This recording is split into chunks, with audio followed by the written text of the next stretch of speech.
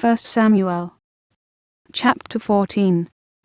Now it came to pass upon a day, that Jonathan the son of Saul said unto the young man that bare his armor, Come, and let us go over to the Philistines' garrison, that is on the other side.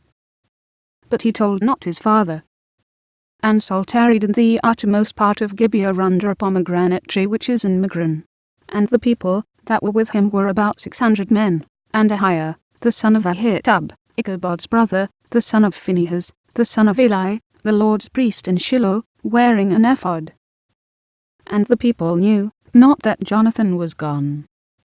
And between the passages, by which Jonathan sought to go over unto the Philistines' garrison, there was a sharp rock on the one side, and a sharp rock on the other side. And the name of the one was Bozez, and the name of the other Seneh. The forefront of the one was situate northward over against Michmash, and the other southward over against Gibeah. And Jonathan said to the young man that bare his armor, Come, and let us go over unto the garrison of these uncircumcised. It may be that the Lord will work for us.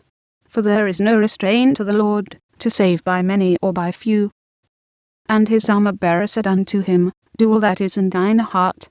Turn thee, behold, I am with thee according to thy heart.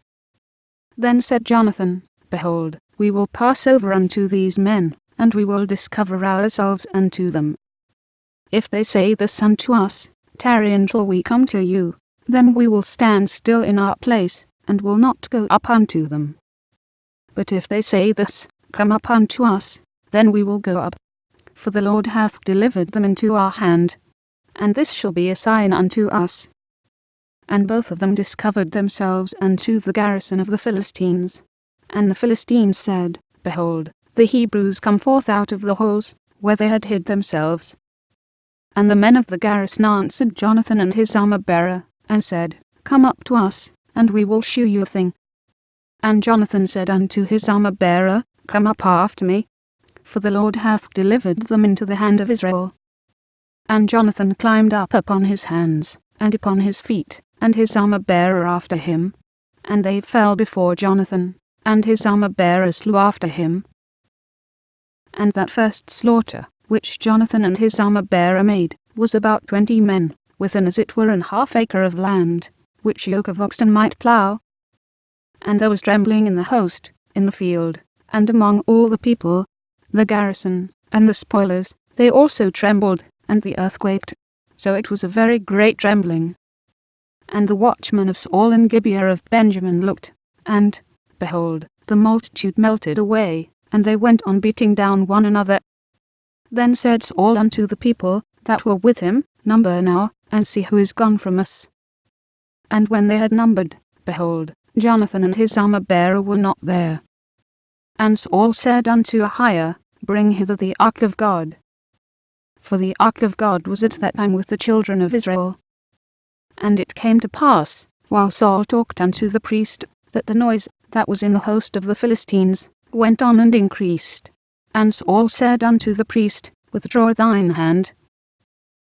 And Saul and all the people that were with him assembled themselves, and they came to the battle.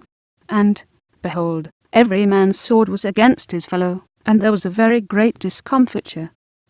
Moreover the Hebrews, that were with the Philistines before that time, which went up with them into the camp from the country round about, even they also turned to be with the Israelites, that were with Saul and Jonathan.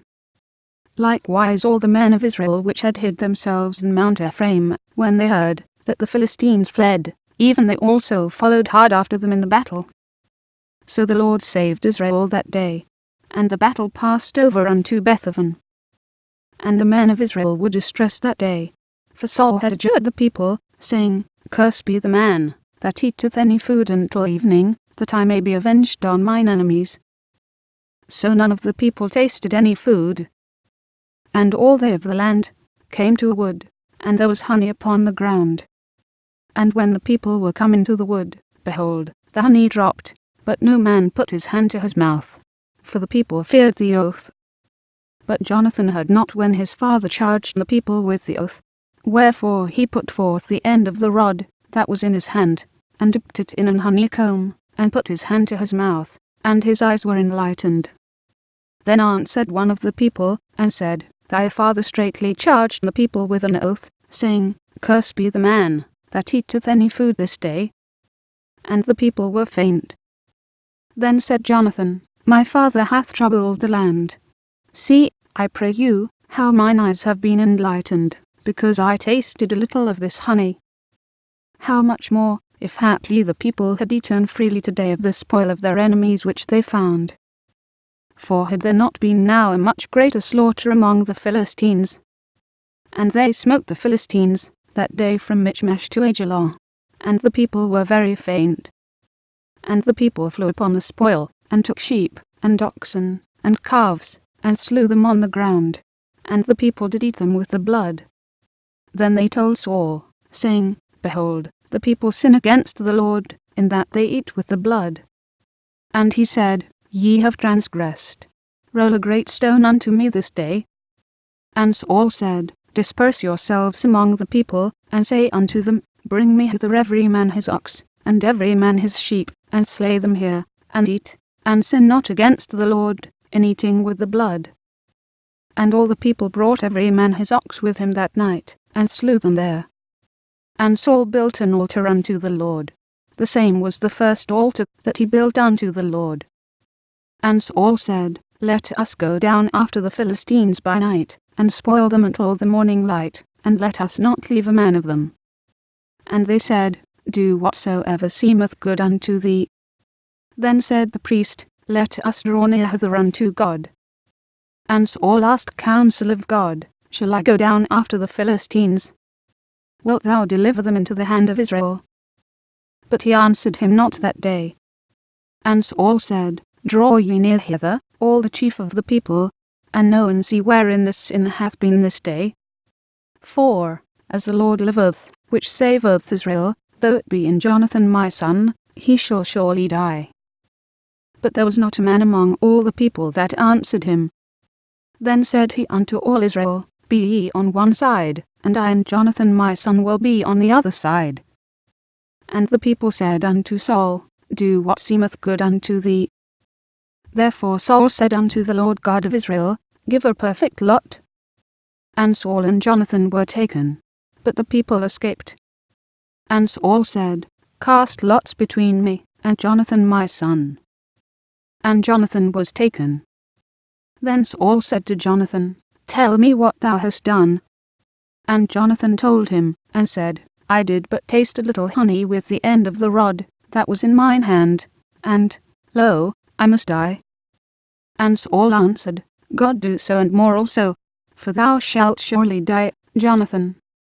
And the people said unto Saul, Shall Jonathan die, who hath wrought this great salvation in Israel? God forbid. As the Lord liveth, there shall not one hair of his head fall to the ground, for he hath wrought with God this day. So the people rescued Jonathan, that he died not. Then Saul went up from following the Philistines, and the Philistines went to their own place.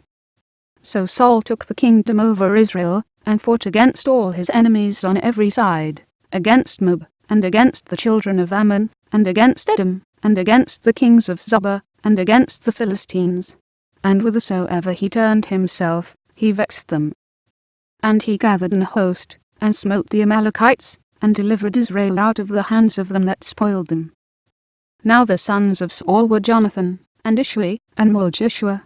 And the names of his 2 daughters were these, the name of the firstborn Merab, and the name of the younger Michal. And the name of Saul's wife was Ahinoam, the daughter of Ahimaaz.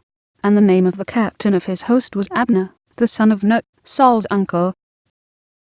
And Kish was the father of Saul, and Ner the father of Abner was the son of Abiel.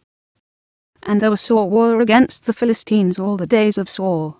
And when Saul saw any strong man, or any valiant man, he took him unto him,